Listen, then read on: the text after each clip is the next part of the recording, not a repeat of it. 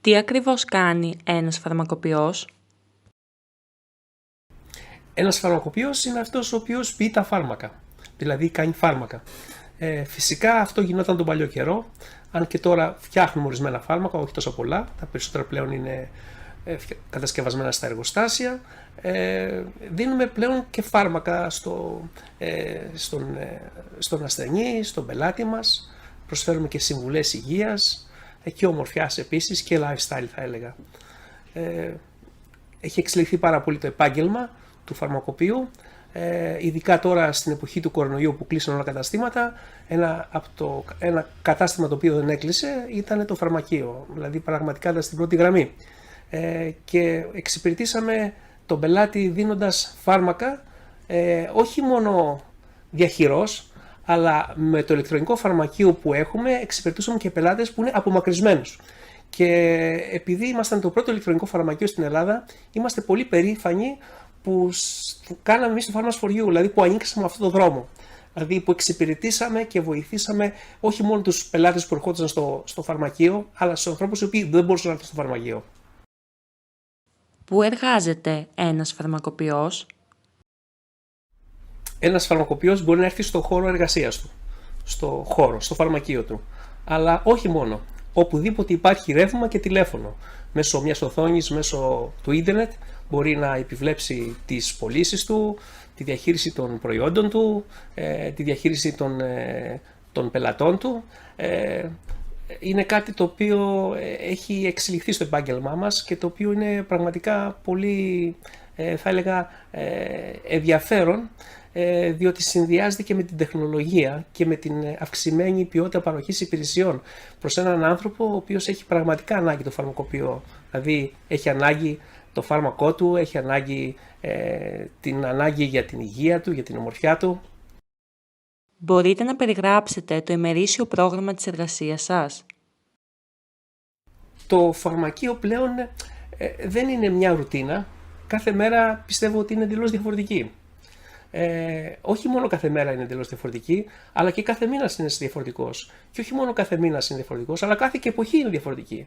Ας πούμε τώρα με την εποχή του κορονοϊού ήταν μια εντελώς διαφορετική εποχή, ήταν μια διαφορετική ανάγκη που το φαρμακείο την εξυπηρέτησε ικανοποιητικά, θα έλεγα, πάρα πολύ ικανοποιητικά, με έναν διαφορετικό τρόπο.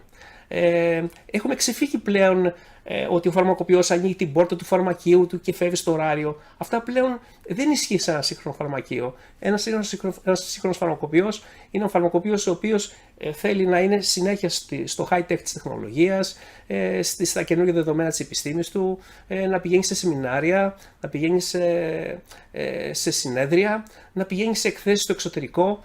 Ένας φαρμακοποιός, θα έλεγα, έχει γίνει πλέον σαν τον Έλληνα Οδυσσέα. Ο κοσμοπολίτης, ο οποίος ανοίγεται, έτσι, είναι κάτι υπέροχο από στον Έλληνα. Ο Έλληνας ο κοσμοπολίτης. Είναι αυτό που λέμε ωραίος σαν Έλληνας. Ποιες είναι οι πιο σημαντικές ικανότητες που πρέπει να έχει ένας φαρμακοποιός? Πρέπει να είναι πολύ καλός με τους ανθρώπους και πολύ καλός με τους αριθμούς.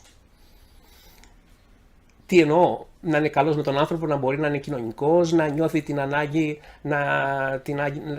την ανάγκη του πελάτη σαν δικιά του ανάγκη, τον πόνο του.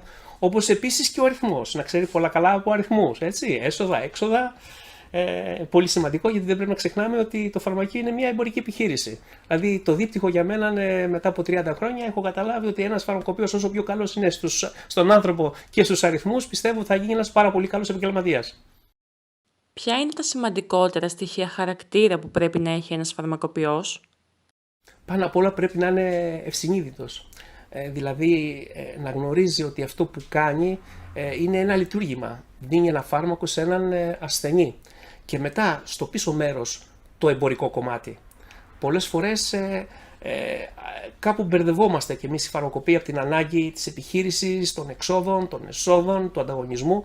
Αλλά ο μπούσουλας είναι αυτός. Πάνω απ' όλα είναι ο άνθρωπος. Πάνω απ' όλα είναι εξυπηρετήσουν τον πελάτη.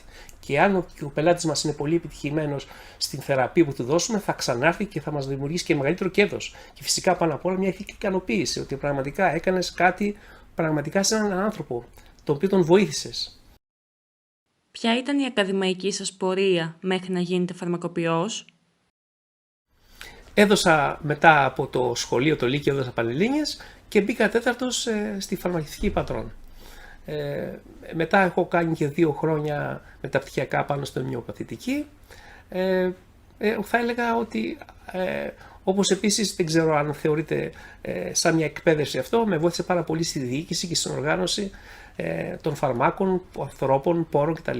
Σαν εύθερος αξιωματικός που υπηρέτησα 2 χρόνια στα στρατιωτικά νοσοκομεία, κάνοντας τη θητεία μου δηλαδή. Ποιος είναι ο μέσος μισθός για έναν φαρμακοποιό? Όπως είπα, ένας φαρμακοποιός επιτυχημένος θα πρέπει, πιστεύω, να έχει 2 ικανότητες. Να είναι πολύ καλός με τους ανθρώπους και πολύ καλός με τους αριθμούς. Όσο πιο καλός είναι με τους ανθρώπους και όσο πιο καλός με τους αριθμούς, τόσο περισσότερα λεφτά θα βγάλει. Το κατώτερο που μπορεί να βγάλει αυτή τη στιγμή στην Ελλάδα, έτσι, ένας φαρμακοποιός είναι, θα έλεγα, ένα νέο φαρμακείο να ξεκίνησε με 3.000 ευρώ το μήνα. Και πόσο μπορεί να φτάσει ένας φαρμακοποιός?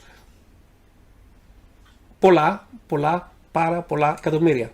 Υπάρχουν παραδείγματα. Η αδερφή Γιαννακόπουλη από ένα απλό φαρμακείο στον Πειραιά, που είναι μεγάλη φαρμακοβιομήχανη. Υπάρχουν πολλοί φαρμακοποιοί, οι οποίοι ξεκίνησαν από ένα μικρό φαρμακείο και ανοίξαν μεγάλες εταιρείες, όπως ο Κορές, ένα μικρό φαρμακείο στον Παγκράτη, όπως ο Κουσιανάς, ένα μικρό φαρμακείο στο Νέο Ψυχικό, ανοίξει στην Απιβήτα. Η φαρμακευτική είναι ένα πεδίο δόξης λαμπρών. Έτσι. Μπορεί κάποιος, ο οποίος έχει πάρα πολλά όνειρα, πολλές φιλοδοξίες, μπορεί να τα πετύχει και μπορεί να πετύχει με πάρα πολύ καλό βαθμό όλα όσα επιθυμεί. Συνδυάζει την επιστήμη και συνδυάζει επίσης και το εμπόριο, το οποίο αυτός ο συνδυασμός είναι ένας φοβερός συνδυασμός που το κάνει το επάγγελμα, κατά τη γνώμη μου, πολύ γοητευτικό. Πείτε μας ένα πράγμα που σας αρέσει περισσότερο στη δουλειά σας και ένα που δεν σας αρέσει.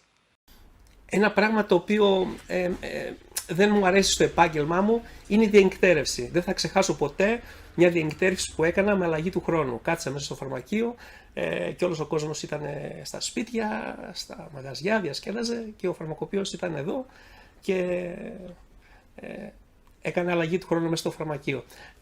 Η διενυκτέρευση θα έλεγα ότι είναι κάτι το οποίο δεν μου αρέσει, για να πω την αλήθεια. Ευτυχώς δεν είναι πολλές συχνές οι διενυκτερεύσεις και ειδικά οι διενυκτερεύσεις σε αργίες είναι ακόμα πολύ πιο, δεν είναι τόσο συχνές.